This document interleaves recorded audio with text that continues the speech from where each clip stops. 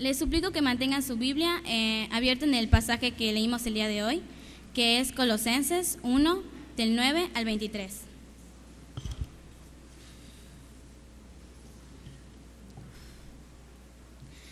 La predicación del día de hoy se llama Cristo, el centro de todo. Vivimos en una sociedad que no reconoce la centralidad y la suficiencia de Cristo. Las Escrituras dan verdades muy claramente, pero algunos creyentes que no tienen esa clara comprensión se escandalizan cuando alguien desafía el Evangelio de Cristo. Por ejemplo, tú puedes saber, a lo mejor eres nuevo creyente y no sabes que fumar es malo. Entonces cuando alguien te lo dice, como que te escandalizas, no lo sabías. O vives en el mundo y en la iglesia. Y otros cristianos no viven con Cristo en su corazón, no viven con Cristo, ¿cómo decir?, en el trono de su corazón. Cuando estaba en discipulado básico, la hermana Marta dio la clase, entonces nos hablaba de que está en nuestro corazón y en el trono de nuestro corazón, cuando aceptamos a Cristo, debemos darle ese lugar a Cristo en el trono. Pero conforme va pasando el tiempo, a lo mejor al principio le das su lugar, pero cuando ves, viene una situación y, bueno, Cristo, te voy a dar tu lugar, tú puedes resolverlo, está bien. Pero cuando viene otra situación, a ver, Cristo, como que hazme un espacio, voy a sentarme en el trono. Y cuando ves, va pasando el tiempo y ya no está sentado Cristo en el trono, sino estás sentado tú. Eso lo hacen algunos cristianos. Ahora, el propósito de este mensaje es desafiarlos a reconocer la centralidad de Cristo y someternos en ello en toda la vida. Muchas personas, o también nosotros, ponemos algo, alguna persona, alguna ambición como el centro de nuestra vida. Quizás sea el trabajo, quizás sea la escuela, los amigos, la familia, muchas cosas podemos poner. Y quizás sea un sano interés, pero a veces se puede poner peligroso, porque sí, la familia está bien que lo pongas en primer lugar, pero también tienes que darle tu lugar a Dios, ¿no? Porque Dios te dio la familia y creo que por agradecerle debes de tenerlo a Él en primer lugar. Como cristianos nunca debemos permitir que ninguna persona o cosa tome el lugar que con justicia le pertenece a Jesucristo. Él y nadie más es digno de adoración y obediencia. Siguiendo, vamos a ver 3 principios fundamentales para tener a Cristo en el centro de nuestras vidas. Apunta, hermanos, porque es muy importante. El primer principio se llama porque importa lo que creemos. Y está en Colosenses 1, del 9 al 12. Le voy a leer la versión lenguaje sencillo o actual, porque es la que más entiendo yo. Y dice: desde el momento en que supimos de todo eso, no hemos dejado de orar por ustedes, y siempre le pedimos a Dios que puedan conocer su voluntad y que tengan toda la sabiduría y la inteligencia que da el Espíritu Santo. Así podrán vivir de acuerdo con lo que el Señor quiere, y Él estará contento con ustedes porque harán toda clase de cosas buenas y sabrán más cómo es Dios. Y por el gran poder de Dios cobrarán nuevas fuerzas y podrán soportar con paciencia todas las dificultades. Así, con gran alegría, darán gracias a Dios el Padre, porque Él nos ha preparado para que recibamos en su reino de luz la herencia que Él ha prometido a su pueblo celestial. Desde el principio del pasaje, Pablo se presenta, da un saludo y dice: soy el escritor de la carta, y también habla de Timoteo, pero también se habla como representante de Cristo. También expresa su deseo y oración de que los hermanos, los que viven en Colosa, se acerquen más a Dios y experimenten la gracia y la paz de Dios. En esta primera parte, Pablo habla sobre el conocimiento de Dios, de la voluntad de Dios. Te dice en una parte que seáis llenos del conocimiento de la voluntad de Dios.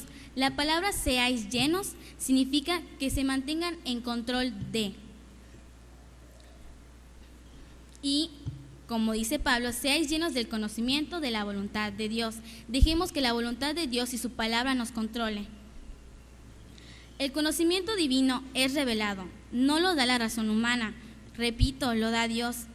Y cada uno tenemos la responsabilidad de mantener una relación con nuestro Señor, que también promueva nuestro propio crecimiento y permita que Dios nos revele su voluntad. Por ejemplo, un robot y su información. Cuando fabrican un robot, me imagino que le ponen un chip, eso creo. y le ponen en el chip información. Y el robot no va a hacer nada más de lo que le diga esa información. Así es con la voluntad de Dios. Cuando nacemos otra vez en Cristo y nos vamos creciendo y se nos es revelada la voluntad de Dios, no vamos a hacer nada más de los límites de la voluntad de Dios, porque solo eso conocemos y eso vamos a hacer. Dejemos que la información que Dios nos da guíe nuestra vida y dejemos que también no solo saber la información, sino aplicarla a la vida diaria. Pero cuidado, tenga cuidado, hermano, porque... Tenga mucho cuidado, porque quizá pueda saber de la voluntad de Dios, pero no va a obedecerla. Muchos cristianos hacen eso. Saben que copiar la tarea está mal, pero aún así lo hacen. Saben que decir malas palabras está mal, pero aún así lo hacen. Les da igual lo que piense Dios de ellos. Es obvio también que el Espíritu Santo va a hacer posible que esta voluntad se nos sea revelada y podamos aplicarla a nuestra vida. Y los cristianos tenemos esa responsabilidad de tener ese estudio académico con la Biblia, porque como siempre dicen en la escuela dominical, que tenemos que cultivar ese crecimiento. Ya Jesús ya puso esa semilla, ya que tienes a Jesús en tu corazón, esa semilla. Ahora tienes que cultivarla. ¿Cómo? Leyendo tu Biblia, orando. Si no, ¿cómo va a crecer esa relación? Entonces, repito, Pablo dice que aparte de que sea un estudio académico, también sea un estudio práctico, como dice Santiago 1:22.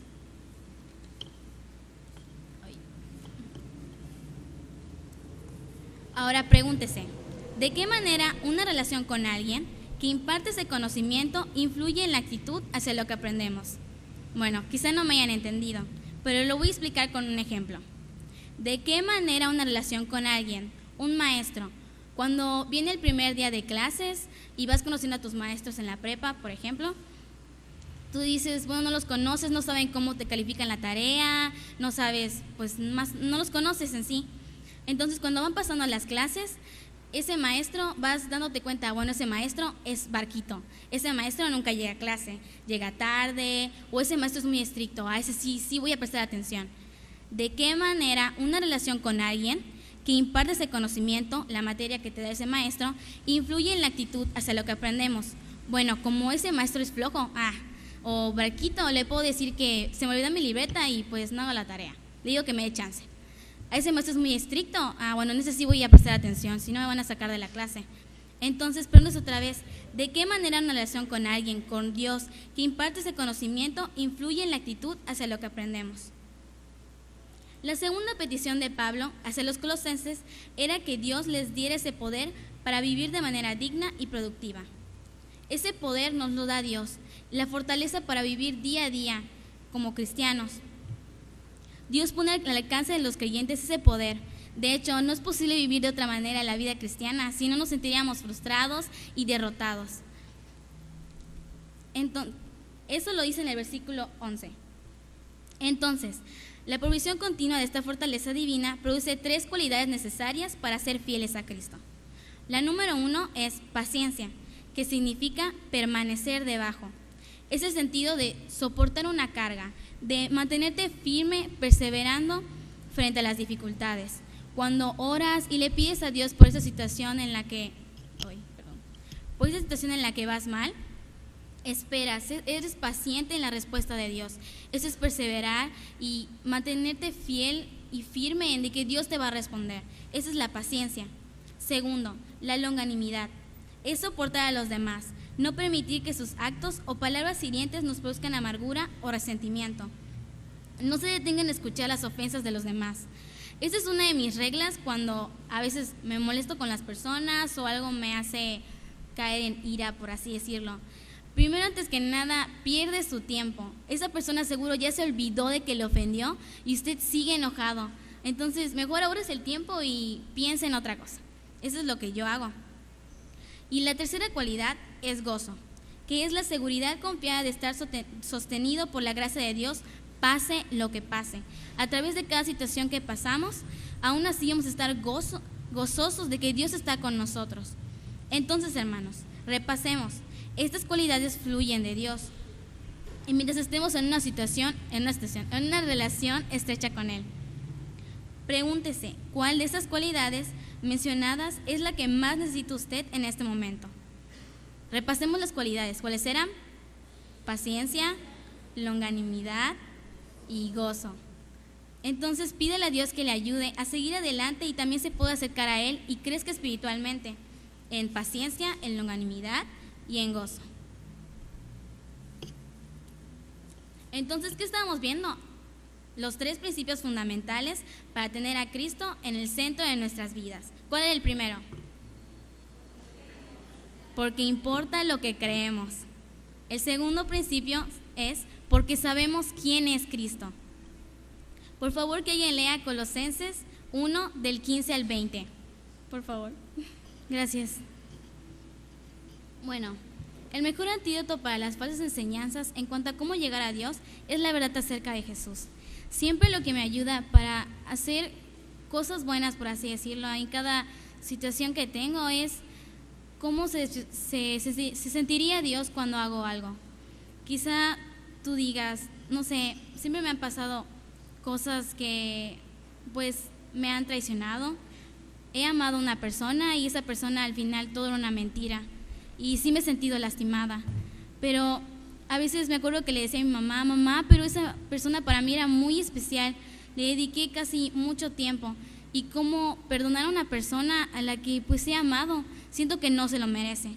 Y mamá siempre me contesta, imagina cómo se sintió Dios, ¿tú merecías la salvación? No, no la merezco, Él no merecía venir a morir por nosotros. Entonces eso es algo que me ayuda, pensar en cómo se sentiría Dios cuando lo decepcionas. ¿No te sientes mal cuando decepcionas a alguna persona, a tu familia? Piensa, ¿cómo se sentiría Dios? Entonces, en Colosa había la falsa enseñanza de que Cristo solo era uno de los poderes angelicales. Pensaban que Cristo no era el Salvador, que Cristo solo no podía salvar a los seres humanos. Pero Pablo declara en esta parte verdades fundamentales acerca de Cristo. Esto te explica quién es Cristo, te da suficientes razones para decir, o sea, Él es más inteligente que yo, ¿no? Ponlo en el trono de tu corazón. Y estas son las verdades. La primera es, Él es la imagen del Dios invisible. Jesús es la perfecta revelación de Dios. Jesús vino en carne humana, o sea, es Dios. La segunda verdad fundamental, Él es el primogénito de toda creación. Pablo no se refería a que fue el primero que fue creado, no. Primogénito significa que es como un puesto de honor y soberanía, como que de alto rango. La tercera verdad fundamental es porque en Él fueron creadas todas las cosas. En vez de haber sido creado, Cristo fue el agente de la creación. Dios fue el Padre, fue el arquitecto. Dios el Hijo implementó el diseño e hizo aparecer todas las cosas, sean tronos, dominios, potestades, principados, tanto espirituales como terrenales. Cristo es superior a cualquiera y todos los poderes que los maestros o la gente de Colosa podían enseñar. Cristo es superior a todo eso. Entonces, todavía faltan verdades fundamentales, pero para que no se les olvide, repitamos las demás verdades. La primera es que Él es la imagen del Dios invisible. La segunda, Él es el primogénito de toda creación. Y la tercera, porque en Él fueron creadas todas las cosas. La cuarta, Él es antes de todas las cosas. Pablo pone en evidencia la preexistencia de Cristo. Él no comenzó a existir en ningún momento. Él ya estaba antes del tiempo. La quinta, todas las cosas en Él subsisten. Él sostiene todo el universo, coherencia y unidad.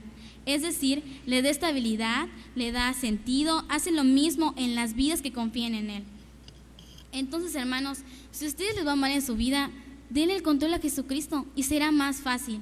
Tendrán la solución porque Dios nos da la salida. No nos va a poner algo del que no podamos salir. Desde el principio Dios tiene un propósito. Entonces la única forma de encontrarle sentido a la vida es por medio de Jesucristo. Y 6, eres la cabeza del cuerpo que es la iglesia. Los creyentes reconocen la autoridad de Cristo, que están bajo su señorío, dentro de este organismo vivo y dinámico que es la iglesia. Hasta el día de hoy, ¿quién nos ha fortalecido? Por Él permanecemos, por Él estamos vivos. Entonces, démosle el trono de nuestro corazón, dejamos que Él tenga ese control. Y el tercer principio fundamental, y ya el último, para que tengamos a Cristo como centro de nuestra vida, primero repasemos otra vez. ¿Cuál fue el primer principio? Porque importa lo que creemos. El segundo principio, vemos quién es Cristo. Y el tercero, porque sabemos qué hizo Cristo. Y eso está en Colosenses 1, del 13 al 14 y del versículo 21 al 23. Se lo voy a leer en lenguaje actual porque pues es más fácil para mí. Y dice del 13 al 14. Dice: Dios nos rescató de la oscuridad en que vivíamos y nos llevó al reino de su amado Hijo, quien por su muerte nos salvó y perdonó nuestros pecados. Y del 21 al 23 dice: Antes ustedes estaban lejos de Dios y eran sus enemigos, pues pensaban y hacían lo malo. Sin embargo, ahora Dios los ha hecho sus amigos por medio de la muerte de su Hijo, quien se hizo hombre. Dios lo hizo así para que ustedes pudieran presentarse ante Él sin pecado y libres de culpa. Pero esto será así, si solo mantienen su confianza en Cristo y siguen creyendo en lo que nos promete el mensaje de la buena noticia. Este mensaje ha sido anunciado por todo el Imperio Romano y yo colaboro anunciándolo. En esta última parte, Pablo habla de lo que Cristo hizo por nosotros. Ya todos sabemos, pues como nuevos creyentes o creyentes ya antiguos, de que Cristo vino y murió por nuestros pecados, que nosotros merecíamos ese castigo, pero Cristo vino en nuestro lugar y fue crucificado y resucitó al tercer día. En la ciudad de Colosas era dominada por las falsas doctrinas, idolatrías y las potestades de las tinieblas. Pero Pablo declara que Dios nos ha librado de todo eso, nos ha quitado las cadenas del pecado, nos quitó de su dominio y nos puso bajo el gobierno bondadoso de Jesucristo. En otro tiempo, tanto los colosenses como nosotros vivimos en un mundo pagano. La verdad, siento que antes o ahora es lo mismo. Quizá ellos sean diferentes en algunas cosas, pero yo siento, yo siento que en la prepa es muy difícil. Ahí están las fiestas y luego no puedes ir a la fiesta porque hay alcohol y en el alcohol pasan cosas. O sea, no puedes ir a ninguna parte. Mejor te quedas encerrado en tu casa sin hacer nada y leer tu Biblia. Entonces, yo opino que sí, éramos extraños y enemigos antes de Dios, pero ahora Dios nos ha acercado. Como dicen en Catecúmenos, antes la relación Dios y el hombre estaba rota por el que entró el pecado al mundo. Pero cuando Cristo vino y nos rescató de eso, hizo que esa relación, el puente, se vuelva a unir entre la relación de Dios y el hombre. Muchas veces te preguntas, pregúntese ahorita, ¿qué evidencias existen de que en otro tiempo usted estaba separado de Dios? Es decir, ¿puede notar la diferencia en cómo era antes y ahora? La verdad, yo nunca me pongo a pensar en eso, solo pues trato de actuar como Dios quiere cada día. Pero una vez me di cuenta de cuánto he cambiado. Era creo que el primer día de la prepa, sí me acuerdo. Entonces me encontré un amigo de la primaria. Yo cuando estaba en la primaria no era cristiana. Entonces, aunque no lo crean hermanos, era muy terrible.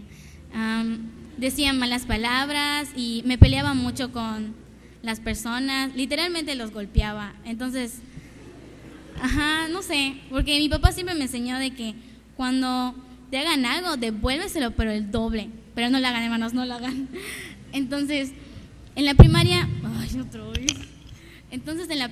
eso me pasaba a Jenny y a mí, que nos defendíamos. Entonces, esa persona que me encontré de la primaria, a esa persona la traté muy mal. Y cuando la vi, pues fui amable con esa persona, la saludé, le pregunté cómo estaba y nos pusimos a platicar por mucho tiempo. Y cuando ya me fui, ya me estaba yendo porque me vino a buscar mi mamá. Esa persona me dijo, oye, cambiaste mucho, ¿qué te pasó? ¿Te picó algo? Y yo, no, solo, no sé, Cristo está en mi corazón. Y como que me dijo, qué bueno, y se fue. Y ya, pues me fui. Y pues, vine a buscar a mi mamá y ya fui a mi casa. Pero me di cuenta del cambio que Dios ha hecho en mí. Ahorita pudiera estar en otra parte, pero me siento feliz de tener a Cristo en mi corazón. Entonces, pregúntese eso. ¿Ha cambiado o sigue igual? Vamos, cambie por Cristo, ¿no? Se lo merece todo. Entonces, En lugar de descuidar nuestra relación con Dios, debemos cultivarla. Repito, Jesús ya puso esa semilla, ya tiene Jesús en su corazón. Ahora dele el trono, dele toda la gloria y su vida sea para obedecerle a Él y adorarle. Cuando decimos sí en verdad, no implica duda, sino certeza. Los creyentes en Cristo genuinos perseveran hasta el fin y en la fe, y aún frente a falsas enseñanzas son firmes en su compromiso con Cristo. Ahora, ¿qué podemos sacar de todo lo que hemos visto? Pero no quiero que se vayan sin olvidar eso, los principios fundamentales. Entonces, ¿cuál era el primer principio? Porque importa que creemos. El segundo principio, vemos quién es Cristo. Y el tercer principio, porque sabemos qué hizo Cristo. La conclusión es que nuestras vidas deben de estar centradas a Cristo, porque eso es algo que siempre me pongo a pensar, ¿no? Si Cristo tiene el control del universo y todo está bien, y tiene ese poder, esa inteligencia para eso, ¿por qué no le das el control de su vida? ¿No sería más fácil? ¿O sería más fácil enfrentar las pruebas? ¿Por qué? ¿Te crees más inteligente que Él? No, Él tiene mucho poder, y si tú le das tu vida, será mucho más fácil. Obvio van a venir pruebas y lo demás, pero Dios te va a dar ese poder y esa fortaleza para continuar en la vida cristiana. En realidad, nuestra convicción de que Cristo es el Señor del universo nos motiva cada día, le confiemos cada aspecto de nuestra vida. Y dado que Cristo dio su vida para reconciliarnos con Dios, nosotros debemos de cultivar nuestra relación con Él. Como adolescentes, siempre buscamos el sentido de la vida y del mundo que nos rodea.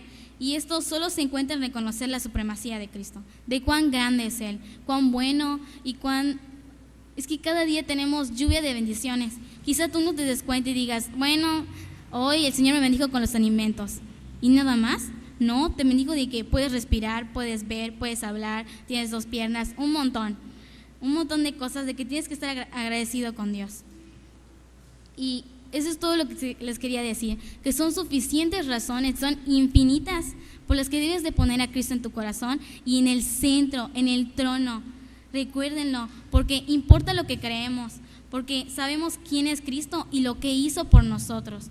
No se les olvide, Cristo es poderoso, Cristo es fiel, y por su misericordia estamos aquí sentados y podemos respirar y podemos ver la luz del sol. Eso es todo lo que les quería decir. Y así que vamos a orar, inclinemos nuestros rostros y agradeciéndole a Dios por el día de hoy. Padre, muchas gracias porque me das el honor de predicar. Gracias porque tú me fortaleces cada día y porque me mantienes viva. Ahora yo te pido por mis hermanos. Quizá algunos no te tengan en el trono de su corazón, pero yo te pido porque, Padre, en tu infinita misericordia, dales una oportunidad, que ellos puedan ver tu gran poder y tu fidelidad hacia ellos. Te suplico porque ellos algún día se puedan dar cuenta de que la vida sería más fácil contigo a tu lado, contigo a su lado. Y no solo que lo hagan porque van a recibir algo a cambio, sino porque tú nos amas, porque tú nos quieres, y al final de todo, aunque somos pecadores y quizá nos salen mal las cosas, tú nos sigues amando. Gracias, Padre, por el día de hoy, porque tú permites que mis hermanos estén aquí por alguna razón.